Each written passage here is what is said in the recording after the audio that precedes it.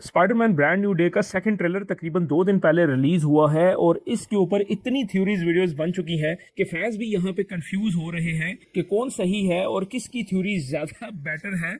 तो मैं आपकी ये सारी कंफ्यूजन दूर कर देता हूँ इस वीडियो में। आपने कंप्लीट वीडियो देखनी है। तो अब टॉपिक पे आते हैं। तो स्पाइडरमैन ब्रांड न्यू डे का ट्रेलर असल में एक normal super hero villain story से ज्यादा पीटर पार्कर की पर्सनल और इमोशनल ट्रांसफॉर्मेशन को शो करता है। अब जरा आपने ध्यान से सुनना है कि मैंने जो ट्रेलर देख के समझा है तो स्टोरी का सेंट्रल पॉइंट कि पीटर पार्कर अपनी पावर्स को पहले की तरह कंट्रोल नहीं कर पा रहा है। उसकी एबिलिटीज इवॉल्व हो रही हैं, लेकिन उसकी एवोल्यूशन के साथ कंट्रोल भी लूज होता जा रहा है। पिछली मूवी नो वे होम के बाद दुनिया ने पीटर पार्कर को भुला दिया था और उसके साथ साथ एमजे ने भी इसे भुला दिया था। लोग स्पाइडरमैन को जानते हैं, लेकिन पीटर पार्कर की आइडेंटिटी सबसे हिडन हो गई। इस वजह से पीटर अकेला हो गया है। वो रोज एमजे को देखता है लेकिन अपनी बात नहीं कह सकता, उससे एक्सप्लेन नहीं कर पा रहा। ट्रेलर में ऐसा ही नजर आ रहा है और इसमें तकरीबन 4 साल का जंप भी दिखाया गया है। एमजे उसकी जिंदगी में है लेकिन वो उसे नॉर्मल इंसान के तौर पे नहीं जानती। वो स्पाइडरमैन को जानती है और उसे वो एक्सप्लोर करने के चक्कर में है कि आखिर ये स्पाइडरमैन है कौन बंदा। और फिर 4 साल की गैप के बाद पीटर अपनी लाइफ को वापस नॉर्मल करने की कोशिश करता हुआ नजर आ सकता है, लेकिन ट्रेलर देख के ऐसा लगता है कि जैसे ही वो ऐसा करेगा तो उसके साथ कुछ ऐसा होगा कि उसकी पावर्स अनस्टेबल हो जाएंगी और इसके साथ ही इसका कंट्रोल भी लूज हो रहा है और इसके वेब्स काफी ज्यादा पावरफुल नजर आ रहे हैं जो ऑर्गेनिकली इसकी कलाई से निकल रहे हैं। तो अब ये भी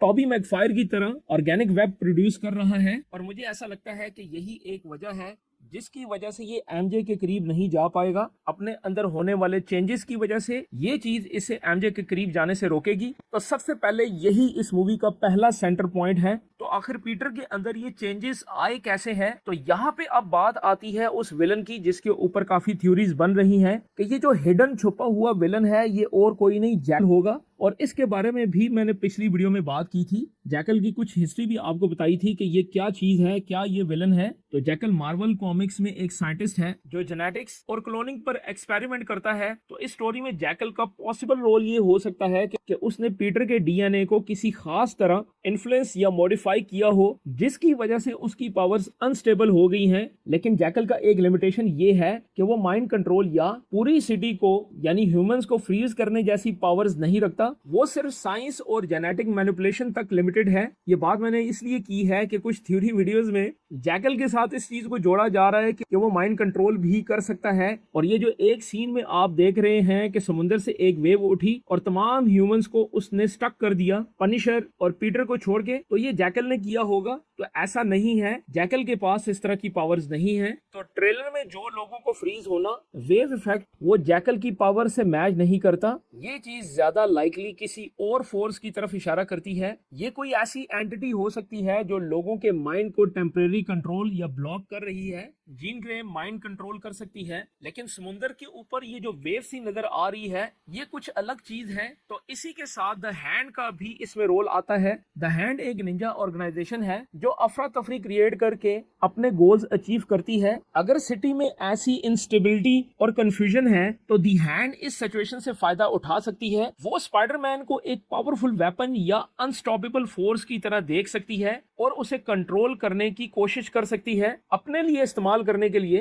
क्योंकि द हैंड ऐसे ही काम करते हैं कॉमिक्स अगर आप देखें तो। लेकिन एक और पॉसिबिलिटी यहाँ पे ये भी हो सकती है कि पनिशर और द हैंड के बीच में कोई कॉन्फ्लिक्ट हुआ हो और इसके बीच में स्पाइडरमैन आ गया हो आम ह्यूमंस को बचाने के लिए या फिर पनिशर को ही बचाने के लिए। तो इस वजह से द हैंड स्पाइडरमैन के पीछे पड़ जाए, तो ये भी एक पॉसिबिलिटी हो सकती है। तो ट्रेलर का ओवरऑल स्ट्रक्चर 3 मेन पार्ट्स में डिवाइड होता है। पहला पार्ट पीटर की पावर्स और एवोल्यूशन, जहां वो ग्रेजुअली ज्यादा पावरफुल लेकिन अनस्टेबल होता जा रहा है। दूसरा पार्ट एमजे के साथ इमोशनल डिस्टेंस और आइडेंटिटी कंफ्यूजन है, जहां पीटर अपनी जिंदगी और रिलेशनशिप को बैलेंस करने की कोशिश करता है। और तीसरा पार्ट सिटी लेवल थ्रेट्स और मिस्टीरियस फोर्स का है, जहां द हैंड और एक अननोन इनविजिबल थ्रेट सिचुएशन को और ज्यादा डेंजरस बना देता है। और अब उन 2 पॉइंट्स की तरफ आते हैं जो मैं आपको बता रहा था। एक तो सेंटर पॉइंट मैंने आपको बता दिया है। सेकंड पॉइंट मेकर स्पाइडरमैन को एमसीयू एमसीयू के फ्यूचर एवेंजर्स स्टोरी के लिए एक इंपॉर्टेंट की कैरेक्टर बना सकते हैं। उसकी पावर्स का न्यू लेवल उसे एक फ्यूचर मेजर प्लेयर बना सकता है, जहां वो सिर्फ फ्रेंडली नेबरहुड हीरो नहीं रहेगा बल्कि एक हाई लेवल कॉमिक या मल्टीवर्स स्केल कैरेक्टर बन सकता है। और तीसरा पॉइंट ये रखा गया है कि इस मूवी के अंदर स्पाइडरमैन को ट्रांसफॉर्म होते हुए दिखाया जाएगा, बिल्कुल वैसे ही जैसे स्पाइडरमैन की फर्स्ट मूवी में टोबी मैगफायर को बनते हुए दिखाया गया था स्पाइडरमैन। क्योंकि उसमें टोबी मैगफायर को ऑर्गेनिक वेब्स मिलते हैं, तो यहाँ पे पीटर को एक बार फिर से उसी तर्ज पर ट्रांसफॉर्म होते हुए दिखाया जाएगा जैसे टोबी मैगफायर के स्पाइडरमैन को दिखाया गया था, लेकिन एक नए अंदाज में और एक पावरफुल स्पाइडरमैन के तौर पे। जो अब तक स्पाइडरमैन की जितनी भी मूवीज आई हैं, पावर का ये लेवल स्पाइडरमैन के अंदर नहीं दिखाया गया है जो अब दिखाया जाएगा। जैसा कि आप देख सकते हैं कि एक सीन में वो द हैंड्स के साथ लड़ रहा है, वो एक ही पल में स्पीड से वेब्स क्रिएट कर रहा है और द हैंड के तमाम मेंबर्स को वो अपने वेब्स में फंसा देता है। तो ये स्कॉर्पियन को बिल्कुल ऐसे उठा के बच्चे की तरह पटकता है बार बार, जैसे हल्क करता था। तो स्पाइडरमैन की पावर का ये लेवल इससे पहले कभी नहीं देखा है। तो आई थिंक अभी आपको ये समझ आ गई होगी कि स्टोरी ये किस तरफ जा रही है। तो मुझे जो चीजें समझ में आई हैं वो मैंने आपके साथ सिंपली रखी हैं। मे भी हो सकता है ऐसा ना हो। आपकी इस सब के बारे में क्या राय है, नीचे कमेंट्स में अपनी राय का इजहार करें।